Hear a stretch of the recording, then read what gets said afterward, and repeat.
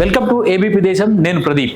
Iran పైన Israel అమెరికాల దాడిలో ఇరాన్ దేశ సుప్రీం లీడర్ అయతుల్లా ఖమేనీ మొదటి రోజే మరణించారు. ఆయన కార్యాలయం పైన జరిగిన భీకర మిసైల్ దాడిలో ఆయన మొదటి రోజే మరణించినట్టుగా తాజాగా పూర్తి సమాచారము. ఆ దేశ అత్యున్నత స్థాయి నాయకత్వం కూడా తమ దేశ సుప్రీం నేత మరణించారన్న వార్తని ధృవీకరించడంతో పాటుగా 40 రోజుల సంతాప దినాలను కూడా ప్రకటించాయి. ఈ నేపథ్యంలో ఇరాన్కి తదుపరి సుప్రీం లీడర్ ఎవరు కాబోతున్నారు? ఎందుకంటే ఇప్పటికే అమెరికా అధ్యక్షుడు డొనాల్డ్ ట్రంప్ ఇరాన్ దేశ నాయకులతో నేను మాట్లాడేందుకు సిద్ధము, ఈ యుద్ధాన్ని ముగించి త్వరితగతిన అక్కడ కొత్త ప్రభుత్వాన్ని ఏర్పాటు చేయడానికి నేను చొరవ తీసుకుంటున్నానని చెప్పిన నేపథ్యంలో అక్కడ ఈ చర్చలు జరపడానికి ఎవరు అర్హులు, ఎవరు కొత్త నాయకులు కాబోతున్నారన్న చర్చ ఇప్పుడు సర్వత్రా నెలకొంది. అయతుల్లా ఖమేనీ దాదాపుగా 30 సంవత్సరాలకు పైగా ఆ దేశాన్ని ఏకఛత్రాధిపత్యంగా నడిపించారు. ఆ దేశ విదేశాంగ విధానము, అంతర్గత విధానాలు, సైనిక విధానాలు, పొరుగు దేశాలతో సంబంధాలన్నింటినీ కూడా అయతుల్లా ఖమేనీ తన సొంత నిర్ణయాల ద్వారా పూర్తి స్థాయిలో తన చెప్పు చేతుల్లో పెట్టుకోవడం జరిగింది. ఇప్పుడు ఇరాన్కి అంతటి స్థాయి ఉన్న నాయకులు మరొకరు దొరుకుతారా లేదా అన్నది ఇప్పుడు సర్వత్రా చర్చనీయాంశమైన అంశము. ఈ నేపథ్యంలోనే అసలు ఇరాన్ తమ కొత్త నాయకుడిని ఎలా ఎన్నుకుంటుందన్న ఆసక్తికరమైన అంశము అందరూ కూడా చర్చించుకుంటున్నారు. ఒకసారి ఇరాన్ నాయకత్వాన్ని, సుప్రీం లీడర్ని ఎన్నుకునే విధానం ఏంటనేది ఒకసారి చూసే ప్రయత్నం చేద్దాము. 1979లోనే సుప్రీం లీడర్ని ఎన్నుకునే విధానాన్ని వారి రాజ్యాంగంలో ఇరాన్ పొందుపరచుకోవడం జరిగింది. ఆ మేరకు ఈ సుప్రీం లీడర్ని ఎన్నుకోవడానికి ఒక క్లెరికల్ బాడీ ఉంటుంది. 88 మంది సభ్యులతో కూడిన ఒక క్లెరికల్ బాడీ తమ సుప్రీం నేతని ఎన్నుకుంటుంది. సుప్రీం నేతకు ఉండాల్సిన అర్హతలన్నిటి కూడా వారు సమగ్రంగా చర్చిస్తారు.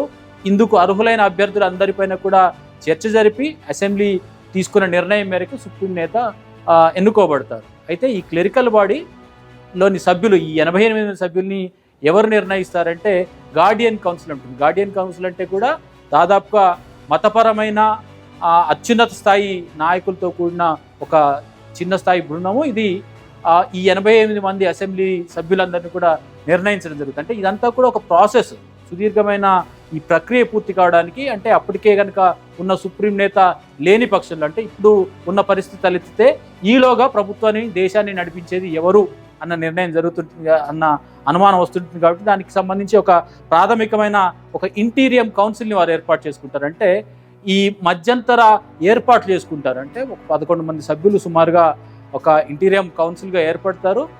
దేశ పరిపాలనకు సంబంధించి, విదేశాంగ విధానానికి సంబంధించి, భద్రతకు సంబంధించిన తాత్కాలిక నిర్ణయాలన్నీ కూడా వారే చేస్తూ ఉంటారు. ఎందుకంటే అయతుల్లా ఖమేనీ యుద్ధం ప్రారంభమైన మొదటి రోజునే చనిపోయినప్పటికీ కూడా ఇరాన్ దేశం ఇప్పటికీ కూడా గల్ఫ్ దేశాలు, అరబ్ దేశాలు, అలాగే అమెరికా పైన, ఇజ్రాయెల్ పైన కూడా దాడులు కొనసాగిస్తుంది. తమ యుద్ధాన్ని ఆపేది లేదు, తమ ప్రతీకార బాధ్యత తమపై ఉంది అని చెప్తున్న నేపథ్యంలో ఆ యుద్ధం ఒకవైపు కొనసాగుతుంది. అదంతా కూడా ఎవరి డైరెక్షన్లో జరుగుతుందంటే ఈ ఇంటీరియం బాడీ డైరెక్షన్లోనే జరుగుతుంది. ఎలాగూ తదుపరి అధ్యక్షుని ఎన్నుకోవడానికి ప్రక్రియ ఇప్పటికే ప్రారంభమైంది. ఈ క్లెరికల్ బాడీ తమ ప్రక్రియని ప్రారంభించడానికంటే ముందుగానే ఇంటీరియం కౌన్సిల్లో ఉండే దేశ అధ్యక్షుడు, అలాగే జ్యుడిషియరీ, అలాగే ఇంతకుముందు మనం చెప్పుకున్నట్టుగా అత్యంత కీలకమైన గార్డియన్ కౌన్సిల్ ఎవరైతే ఉన్నారో వీరు, ఈ ముగ్గురు కూడా కీలక పాత్ర పోషి సభ్యులుగా ఉండే ఈ ఇంటీరియం కౌన్సిల్ ప్రభుత్వాన్ని నడుపుతూ ఉంది.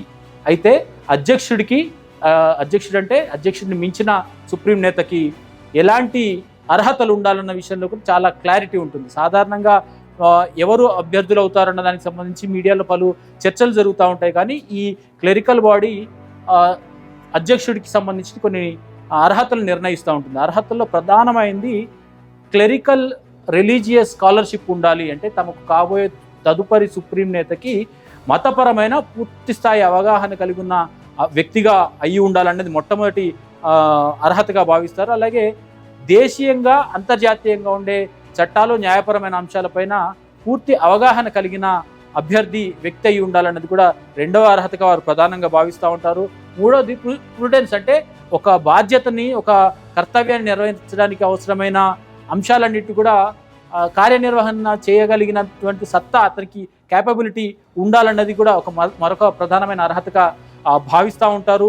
దాంతోపాటుగా రాజకీయంగా, అంతర్గత రాజకీయాలతో పాటుగా అంతర్జాతీయ రాజకీయాలని, దౌత్యపరమైన అంశాలన్నిటి కూడా నెరపగలిగిన ఒక సామర్థ్యం కలిగి ఉండాలి. నాయకత్వ లక్షణము పూర్తి స్థాయిలో పుణికిపుచ్చుకొని ఉండాలన్నది ఈ 5-6 అంశాలన్నింటినీ కూడా అర్హతగా భావిస్తూ ఉంటారు. ఈ అర్హతలకు సూట్ అయ్యే అభ్యర్థులని వారు చర్చిస్తారు. వారి అభ్యర్థిత్వాన్ని ఒకరొకరిగా పూర్తి స్థాయిలో చర్చించిన తర్వాత ఈ మొత్తం 88 మంది సభ్యులు ఉండే ఈ బృందము ప్రతి అభ్యర్థికి సంబంధించిన అర్హతల్ని పరిశీలించి ఓటింగ్కి వెళ్తారు. దాంట్లో మెజారిటీ అభ్యర్థులు ఎన్నుకున్న వ్యక్తే ఇరాన్ దేశపు తదుపరి సుప్రీం నేతగా ఉండబోతున్నారు.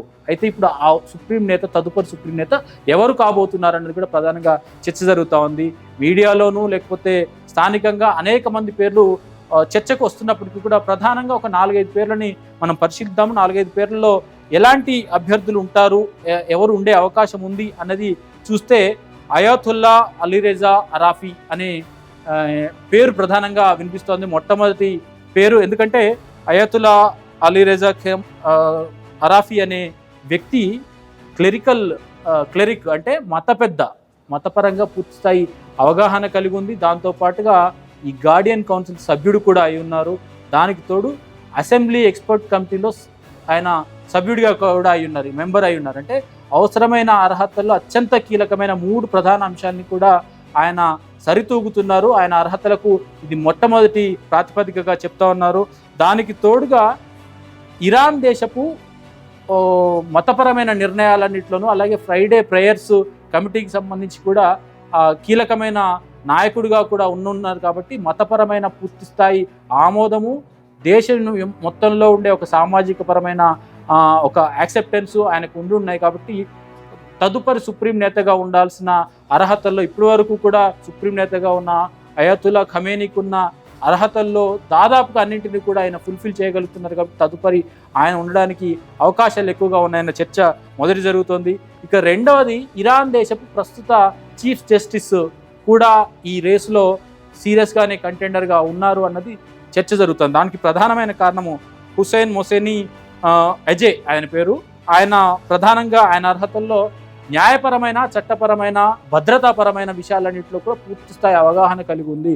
ఇప్పటికే ఒకవైపు ఇజ్రాయెల్, మరొకవైపు అమెరికాతో పాటుగా అరబ్ దేశాలన్నింటితో కూడా శత్రుత్వం తెచ్చుకొని చాలా ఇబ్బందుల్లో, రాజకీయపరమైన, దౌత్యపరమైన, తీవ్రమైన ఇక్కట్లలో ఉన్న ఇరాన్ని ముందుకు నడిపించడానికి అంతర్జాతీయ చట్టాలు, అంతర్జాతీయ దౌత్యపరమైన విషయాల్లో పూర్తి స్థాయి అవగాహన కలిగి ఉండడంతో పాటుగా భద్రతాపరమైన విషయాల్లో కూడా ఒక గట్టి అవగాహన, పూర్తి స్థాయి పట్టు ఉన్న నాయకుడు కావాలి అన్న నేపథ్యంలో ప్రస్తుత సీజేఐని కూడా అర్హుడైన అభ్యర్థుల జాబితాలో ప్రధానంగా చర్చించే అవకాశం కనిపిస్తోంది, ఆయన్ని పరిశీలించే అవకాశం కనిపిస్తోంది. ఇక మూడోది హసన్ ఖొమేనీ అనే వ్యక్తి రొహల్లా ఖొమేనీ అనే పూర్వపు అధ్యక్షుడు, అంటే ప్రస్తుత అయాతుల్లా అలీ ఖమేనీ కంటే ముందుగా ఉన్న అధ్యక్షుడి మనవడు. ఆయన ప్రస్తుతం ఇరాన్ దేశంలోని అంతర్గత వ్యవహారాల్లోనూ పరిపాలనాపరమైన రొహల్లా ఖొమేనీ మనవడిగా మాత్రమే కాదు, పరిపాలనాపరమైన విషయాల్లోనూ సంస్థాగత వ్యవహారాల్లో పూర్తిస్థాయి అవగాహన కలిగి ఉన్న నేతగాను పరిజ్ఞానం కలిగి ఉన్నారు. మృదు స్వభావి, అంటే అతివాదులు, మితవాదులు ఉన్నారు. ఇరాన్ ప్రస్తుతం ఉన్న పరిస్థితుల్లో యుద్ధ స్వభావం కలిగి ఉండి యుద్ధానికి కయ్యానికి కాలుగువే నాయకత్వం ఉంటే కనుక దేశం ఆర్థికంగాను, అలాగే దౌత్యపరంగాను, ఇరుగు పొరుగు దేశాలతో సంబంధాల విషయంలోనూ ఇబ్బంది పడే అవకాశం ఉంటుంది. కాబట్టి ఒక మీడియం స్వభావం కలిగి ఉన్న వ్యక్తిని నాయకుడిగా ఎన్నుకోవాలంటే కనుక ఇతన్ని ఎన్నుకునే అవకాశం కనిపిస్తుంది. హసన్ ఖొమేనీ అభ్యర్థిత్వాన్ని కూడా పరిశీలించడానికి అవకాశం కనిపిస్తోంది. ఇంకొక ప్రధానమైన పేరు, గత 3 రోజులుగా ఎక్కువగా వినిపించిన పేరు మనకు ముర్తజా ఖమేనీ పేరు ప్రధానంగా వినిపిస్తుంది. ముర్తజా ఖమేనీ అంటే ప్రస్తుతం ఇటీవల మరణించిన అయాతుల్లా అలీ ఖమేనీ కుమారుడు. ఈయన పేరు ప్రధానంగా వినిపించడానికి ప్రధాన కారణము ప్రస్తుత ఇరాన్ మతపరమైన సమాజంలో కొంత ఆయనకు పరిచయాలు ఉండడము, అలాగే ఇరాన్ సైనిక వ్యవస్థలో అత్యంత కీలకమైన IRGC ఇరాన్ రెవల్యూషనరీ గార్డ్ కౌన్సిల్తో కలిసి పనిచేసిన అనుభవం కలిగి ఉండడము, పరిపాలనపరమైన, విధానపరమైన నిర్ణయాల విషయంలో ప్రస్తుతం దేశం అనుసరిస్తున్న విధానాల కొనసాగింపు విషయంలో కూడా ఆయన అభ్యర్థిత్వము అనుకూలంగా ఉండే అవకాశం కనిపిస్తుంది. కాబట్టి ఆయన పేరును కూడా పరిశీలించే అవకాశం కనిపిస్తుంది. మనం పరిశీలించిన ఈ 4-5 పేర్లతో పాటుగా మరికొద్ది మంది అభ్యర్థులని కూడా ఈ క్లెరికల్ బాడీ చర్చించే అవకాశం కనిపిస్తుంది. వారు ఏ నిర్ణయం తీసుకుంటారు అన్నది అత్యంత కీలకమైన ఈ తరుణంలో ఇరాన్ తదుపరి ప్రయాణం ఏ రకంగా ఉండాలి, ముఖ్యంగా వెస్టర్న్ కంట్రీస్తో, అమెరికా, ఇజ్రాయెల్ లాంటి కంట్రీస్తో పాటుగా ఇరుగు పొరుగు దేశాలతో సంబంధ బాంధవ్యాలు, ఆర్థికంగా తమను తాము బలోపేతం చేసుకోవడానికి ఉన్న అవసరాల్ని ఆ బాడీ ఎలా నిర్ణయిస్తుంది అన్నదాన్ని బట్టి తదుపరి అధ్యక్షుడిని నిర్ణయించే అవకాశం కనిపిస్తోంది. అక్కడ తిరిగి ప్రభుత్వాన్ని, వారి సొంత సార్వభౌమత్వం కలిగి ఉన్న ప్రభుత్వాన్ని ఏర్పాటు చేసుకోవడానికి తాము పూర్తి స్థాయిలో సహకరిస్తాము, అవసరమైన మేరకు సహాయ సహకారాలు అందిస్తామని అమెరికా అధ్యక్షుడు ట్రంప్ కూడా చెప్పిన నేపథ్యంలో తదుపరి అధ్యక్షుడు ఎవరవుతారని చూడాల్సి ఉంటుంది. ప్రస్తుతం 40 రోజుల పాటు సంతాప దినాలు కొనసాగుతున్నాయి కాబట్టి ఈ 40 రోజుల్లోగానే తదుపరి సుప్రీం లీడర్ని ఇరాన్ ఎన్నుకోబోతున్నట్టుగా మనం గమనించవచ్చు.